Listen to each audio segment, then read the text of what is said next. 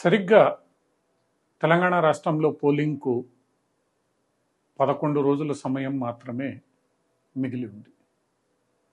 రాష్ట్రంలో పలు ప్రాంతాలలో ఉష్ణోగ్రతలు 45 డిగ్రీలు దాటి వేడి పుట్టిస్తుంటే రాజకీయాలు కూడా అంతే వేడిని రగులుస్తున్నాయి. బీఆర్ఎస్ అధినేత కె చంద్రశేఖరరావు బస్సు యాత్రతో మొదలైన ఈ వేడి అటు బీజేపీని ఇటు కాంగ్రెస్ను గట్టిగా తాకుతోంది. ముఖ్యంగా తెలంగాణ రాష్ట్ర ముఖ్యమంత్రి రేవంత్ రెడ్డికి ఈ సెగ బాగానే తగిలినట్లుంది. రాష్ట్రంలో అత్యధిక పార్లమెంటు స్థానాలను గెలవాల్సిన బాధ్యత పూర్తిగా తన మీదుందని, రేపు ఏమాత్రం ఫలితాలు తలకిందులైనా దాని ప్రభావం తన కుర్చీ మీద పడవచ్చని గ్రహించిన రేవంత్ రెడ్డి ప్రత్యర్థి పార్టీలపై ఇష్టానుసారం విరుచుకుపడడం ప్రారంభించారు. అందుకు తగినట్లుగా కాంగ్రెస్ పార్టీ సోషల్ మీడియా కూడా యాక్టివ్గా ప్రత్యర్థులపై ఆరోపణలు గుప్పించడం ప్రారంభించింది. అయితే ఈ కళ్ళలో గతంలోనే ఆరితేరిన బీఆర్ఎస్ కాంగ్రెస్ పార్టీని ధీటుగా ఎదుర్కొంటూ కాంగ్రెస్ పార్టీ తరహాలోనే సోషల్ మీడియా యుద్ధాన్ని ప్రారంభించింది. ఇలా ప్రారంభమైన సోషల్ మీడియా యుద్ధంలో ఉన్నట్లుండి అమిత్ షా రిజర్వేషన్లకు వ్యతిరేకంగా మాట్లాడిన వీడియో రాష్ట్ర వ్యాప్తంగా అందరి ఫోన్లలో చేరగా యూనివర్సిటీలో కరెంటు నీళ్లు బంద్ అంటూ బీఆర్ఎస్ నాయకులు చేసిన ప్రచారం అన్ని మొబైల్ ఫోన్లకు చేరిపోయింది.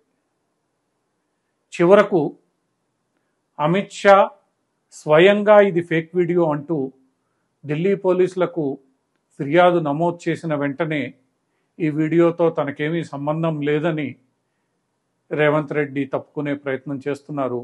ఈ పాపమంతా సోషల్ మీడియా హ్యాండ్లర్లదేనని వారి మీదకు నెట్టే ప్రయత్నం చేస్తున్నారు.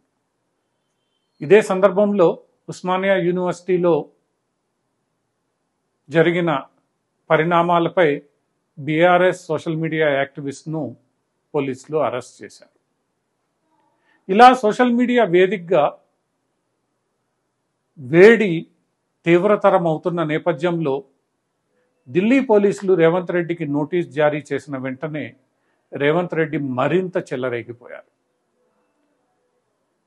తాను ఢిల్లీ సుల్తానులకు లొంగిపోయే ప్రసక్తే లేదని, ఢిల్లీ సుల్తానులు చెప్పినట్లు తాను మాట వినే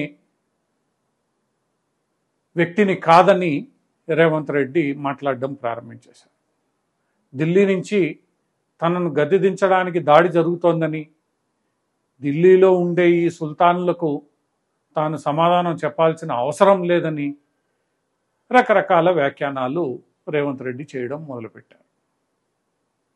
అంతేకాకుండా ఎప్పుడో వాజ్పేయి ప్రభుత్వంలో ఇచ్చిన ఒక నోటిఫికేషన్, అంటే ఆ నోటిఫికేషన్కు విలువ కూడా లేదు ఈరోజు, అది కాలం చెల్లింది. అటువంటి గెజెట్ నోటిఫికేషన్ అడ్డం పెట్టుకొని రాజ్యాంగాన్ని బీజేపీ మార్చాలనుకుంటున్న ఉద్దేశాలను రేవంత్ రెడ్డి ప్రజలకు వివరించే ప్రయత్నం చేస్తున్నారు. అది కూడా రేవంత్ రెడ్డికి పెద్దగా కలిసి వచ్చినట్లు లేదు.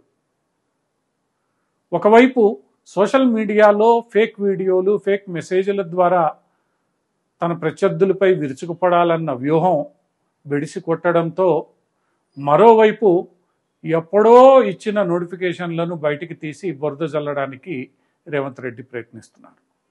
అదే క్రమంలో ఢిల్లీ పోలీసులకు తాను సమాధానం చెప్పనంటూనే తన అడ్వకేట్ ద్వారా వాళ్ళకి ఈ మొత్తం వ్యవహారంతో తనకు సంబంధం లేదనే సమాధానం ఇప్పించారు. ఇదంతా చూస్తూ ఉంటే ఎట్టి పరిస్థితుల్లోనూ గలిచి తీరాలని, అందుకు కాంగ్రెస్ పార్టీలో ఉన్న లుకలుకలు ఎక్కడ అడ్డం వస్తాయోనన్న ఆందోళన రేవంత్ రెడ్డిలో పెరిగిపోయినట్లుంది. ఈ ఆందోళన, అసహనం ఈరోజు రేవంత్ రెడ్డితో ఇలాంటి పనులు చేయిస్తోందని రాజకీయ విశ్లేషకులు భావిస్తున్నారు.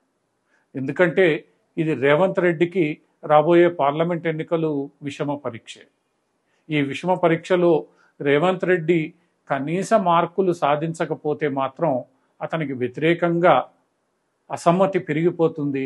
ఆ అసమ్మతి తట్టుకొని రేవంత్ రెడ్డి మళ్ళా అదే ఢిల్లీ సుల్తానుల ప్రాపకం కోసం పోవాల్సి వస్తుంది. అయితే ఈసారి రేవంత్ రెడ్డి చెప్పినట్లు ఢిల్లీ సుల్తానులు బీజేపీ నాయకులు కాకుండా కాంగ్రెస్ నాయకులు అవుతారు. మరి ఎందుకంటే ఢిల్లీ సుల్తానుల ప్రాపకం లేకుండా ఇక్కడ కాంగ్రెస్ పార్టీలో చీమ కూడా కదలలేదు కాబట్టి. ఏది ఏమైనా రేవంత్ రెడ్డి చెలరేగిపోవడానికి కారణం ఎట్టి పరిస్థితుల్లోనూ తాను ఈ విజయాన్ని సాధించాలన్న తపన, ఆతృత అందరికీ కనపడుతోంది. ఇది రేవంత్ రెడ్డిని నేరుగా అమిత్ షా, మోడీలతో ఢీకొట్టే స్థాయికి తీసుకుని వెళ్ళింది.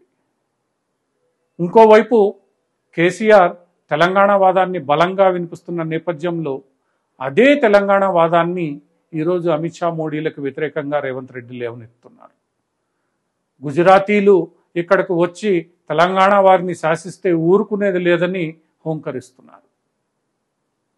ఇలా అటు కేసీఆర్ చేస్తున్న వాదాన్ని పుణికిపుచ్చుకోవడానికి, అందిపుచ్చుకోవడానికి, ఇటు బీజేపీ ముస్లిం రిజర్వేషన్లపై చేస్తున్న ప్రచారాన్ని తిప్పికొట్టడానికి, తన పార్టీలో ఉన్న అసమ్మతిని దాటి మొత్తం వ్యవహారాన్ని తానే నడిపిస్తున్నట్లు ప్రజలకు చూపించడానికి, అధిష్టానానికి వినిపించడానికి రేవంత్ రెడ్డి ఇలాంటి వైఖరి తీసుకున్నారని రాజకీయ విశ్లేషకులు అభిప్రాయపడుతున్నారు.